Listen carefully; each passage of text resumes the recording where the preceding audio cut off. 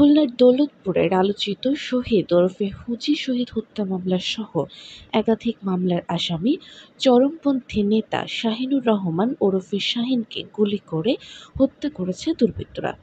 শনিবার ১৫ই মার্চ দিবাগত রাত 11:30টার দিকে নগরীর খুলনা থানাধীন বাগমারা ব্রিজের কাছে এ ঘটনা ঘটে।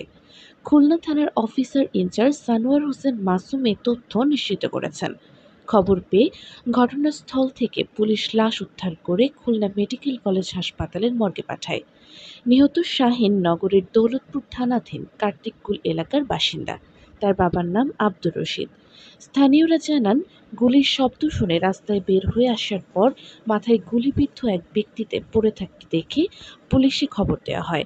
তবে তার মাথার পরপর দুটি গুলি করা হয় বলে প্রাথমিকভাবে জানা যায়। এখন পড়ে আসছে। আমি তো বাসায় শুয়েছিলাম, বাসা থেকে ডাক দিল, শব্দ হলো কিসের, বাইরে আসলাম, এসে দেখি পড়ে আছে। তার ভিতরে তো কারেন্ট চলে গেল। না, চিনি না।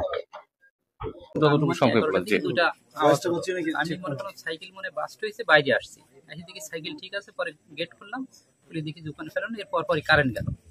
পরে আমি 999 ফোন দেওয়ার পর 999 জানালাম যে এই ঘটনা অমুক বাগমারা মার্কেজুল উলুম মাদ্রাসার সাথে এইটুকু। খুলনা থানার অফিসার ইনচার্জ হাওলাদার সানোয়ার হোসেন মাসুম বলেন, নিহত শাহিন নগরীর দৌলতপুরের হুজি শহীদ হত্যা মামলার আসামি। নিহত শাহিন বিভিন্ন স্থানে আত্মগোপন থাকত। তিনি আরও বলেন, শনিবার রাত 11:15টার দিকে বাগমারা মার্কাজুল উলুম মাদ্রাসার পেছনে এক ব্যক্তির লাশ পড়ে আছে এমন সংবাদ থানায় দিলে আমরা ঘটনাস্থল পরিদর্শন করি।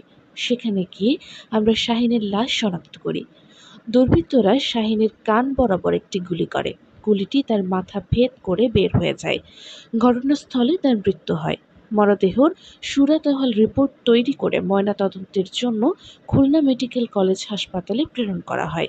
এ ঘটনা শুনে পুলিশের ঊর্ধ্বতন কর্মকর্তারা ঘটনাস্থল পরিদর্শন করেছেন। এ ঘটনার সাথে জড়িতদের গ্রেফতারে রাতে বাগমারা ও তার আশেপাশের এলাকায় অভিযান শুরু করেছে পুলিশ। আমরা এনার পকেটে থাকা এনআইডি দিয়ে জানতে পারছি যিনি হত্যা হয়েছে শুটিং স্পটের ঘটনা। নাম শাহিনুর রহমান শাহিন, আব্দুর রশিদ, কার্তিকুল আরংঘাটা। তিনি হুজি শহীদ হত্যা মামলার আসামি। এতটুকুই। আর ঘটনাটা ঘটছে, আমরা শুনতে পাইছি 11:30-এ। ঘটনাটা তার 10 মিনিট আগে ঘটেছে। আমরা আসি, এসে আমাদের ক্রাইম সিন ম্যানেজমেন্ট এবং ঘটনার রহস্য উদ্ঘাটন করে যাবতীয় ব্যবস্থাপনার দায়িত্ব মানে তৎপর আছি এবং যারা এই ঘটনা ঘটেছে তাদের দ্রুত আমরা দোষীদের শনাক্ত করে আইনে শপথ করতে আমরা ইনশাআল্লাহ সক্ষম। উল্লেখ্য, এর আগে রাত 10টার দিকে নগরের শেরেবাংলা রোডের হাজীবাড়ি এলাকায় রনি নামের এক ব্যক্তিকে গুলি করে ও কুপিয়ে আহত করা হয়। রনি বর্তমানে একটি হাসপাতালে চিকিৎসাধীন আছেন।